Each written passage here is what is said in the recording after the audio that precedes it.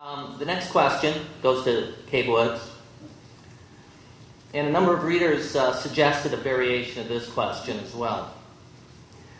Much has been made within the Republican Party about the $787 million in federal stimulus money that the state has received. Many Republicans say it should have been rejected. And yet those dollars are helping pay for area construction.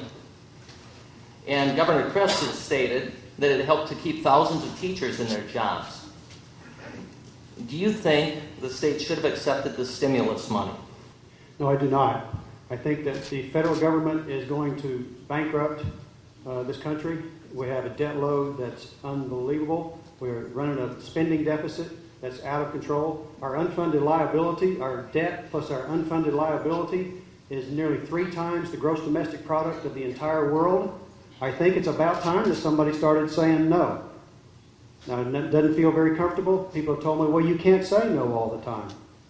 Well, you don't say no all the time, but if you can't even say it once, you're not suited for this job in this day and time. In this day and time, we need some pragmatic, real leadership that knows how to say no, that knows how to ask the right questions, that knows how to dig into a budget, that knows when somebody tells you that they have a 5.5 to 1 ratio of managers to associates, that you know that that's the wrong thing, that you know that there's too many middle managers in that organization like there is in CFO Sync's organization. There's $500 million worth of funded vacant positions in the state government. That is vacant positions that are funded. And some of those positions have been vacant for 3 years. Well, somebody in government's having a really easy day right now. And we need to make it a little bit more uncomfortable for those folks who are doing that sort of shenanigans. So you've got to be able to say no. It's not every time. You have a heart. But let's get on with it and start cutting the budget. Thank you. Thank you. Candidate Barker. Washington desires to centralize our government from the fishing issues to the environmental protection issues, now to education. And we are seeing that the states, including the state of Florida, are falling right in, and they're trying to reach that carrot at the end. And the problem is we've got to regain our sovereignty, not just as Florida, but every state in the Union. If the United States Constitution does not specifically provide the power to the federal government, then that power vests with the state. And I believe that the best decisions are made by those that are closest to the choice to be made. And I believe that we have local school boards, local city councils, local county commissions for a reason, and they are our representatives, and they make the best choice because they're closest to the decision to be made. Thank you. Candidate Gates. Well, those solutions that the stimulus supposedly solved are all a fallacy. They're phantom solutions because you're using non-recurring money to fund recurring costs, which is irresponsible. Anyone would tell you that's irresponsible. And when Republicans are making the argument that if government just spends more money, grows larger, we can create more jobs and opportunity, that's when you know Republicans have lost their way. That's when you know we need to get back to what conservatism is really all about. Too much of the stimulus required us to compromise our values and our principles. I'll give you one example of some stimulus money other states took that Florida didn't. That example is that we could have gotten millions more if we would have given unemployment benefits to people who quit their jobs. Who would stay at work? Not me. That's why I wouldn't have taken that portion of the money. Thank you. Candidate Garvey. I wish that we never had a stimulus situation. However, we do have it, and it's your money.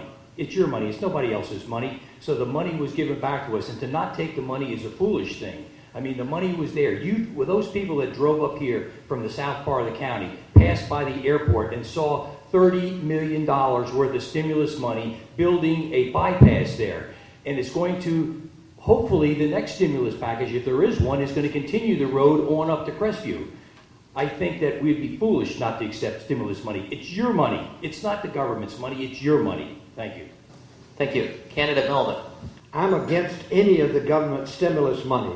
If you'll notice, I'm sure a lot of you have heard the Sean Hannity's show where he's pointed out all of these ridiculous items that the stimulus money has been spent on. That money could have been collected in a pot, help pay off our debt rather than creating more debt.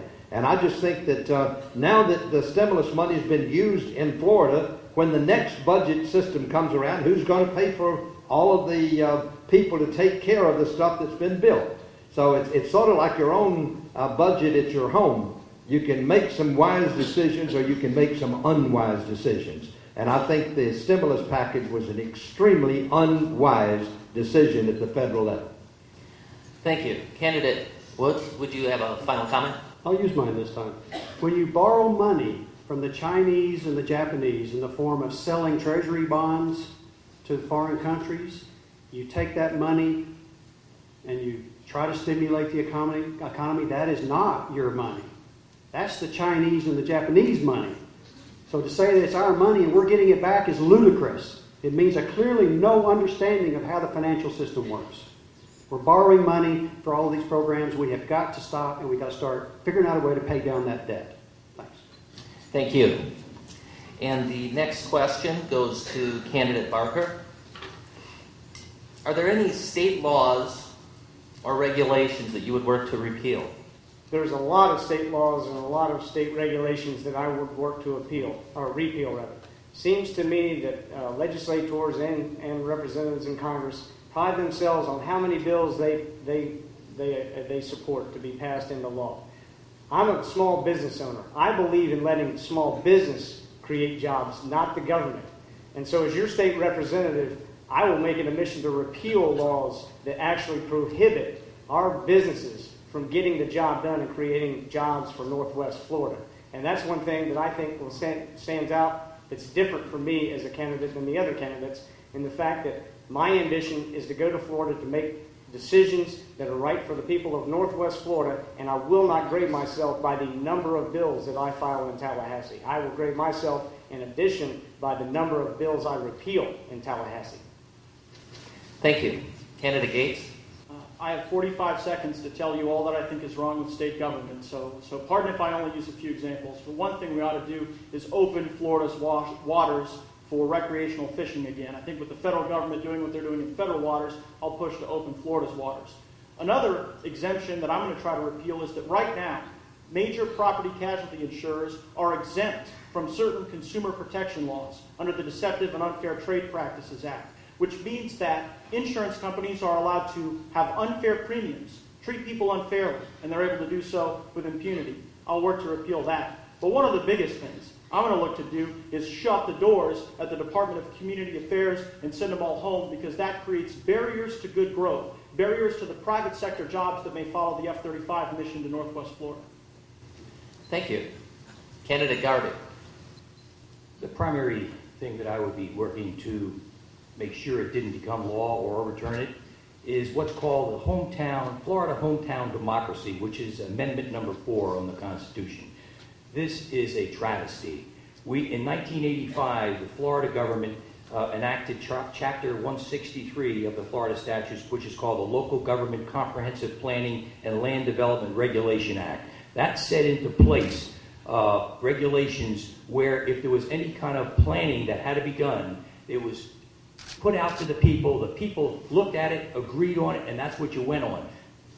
The elected officials then acted on that comprehensive plan. I can't go into it any further, red flags up. Thank you.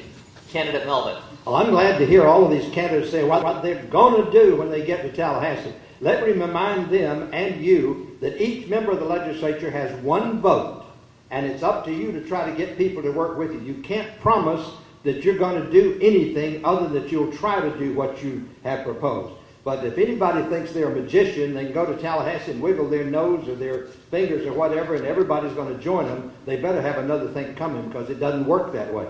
You have to work hard to get people to agree with you, or you have to make sure that you can get some coalitions with different groups throughout the state in order to get something passed. You can't do it by yourself. Thank you. Candidate Woods? Well, first of all, I don't know if any of you guys have re-registered your automobiles in the last month or so. I just finished doing that. What a horrible, horrible regressive tax. The increase in those fees is unacceptable, totally unacceptable. That was a $2 billion tax increase that we're having to pay for. That's the first place I'll go. Brad Drake has a bill in the House. There may be others that are better, but it's time to repeal that and start working with a realistic budget. And he's got the yellow flag. If you'd like to fish off the end of your private dock, I think you should be able to, and we should find a way for you to be able to do that. Thank you. Candidate Barker, some final remarks on that one? I agree with a lot of the statements already mentioned. One of the things that I was very shocked about is that the legislature seems to be intent on forcing us into a special election to elect a member of the Florida State Representative District 4. Between us and Santa Rosa County, it's going to cost almost, I've been told, $300,000. That's an expense that, as a Republican, a conservative Republican, I'm appalled at. But we're here because we are here, and we're going to make hay of it while the sun's shining. Thank you. Thank you.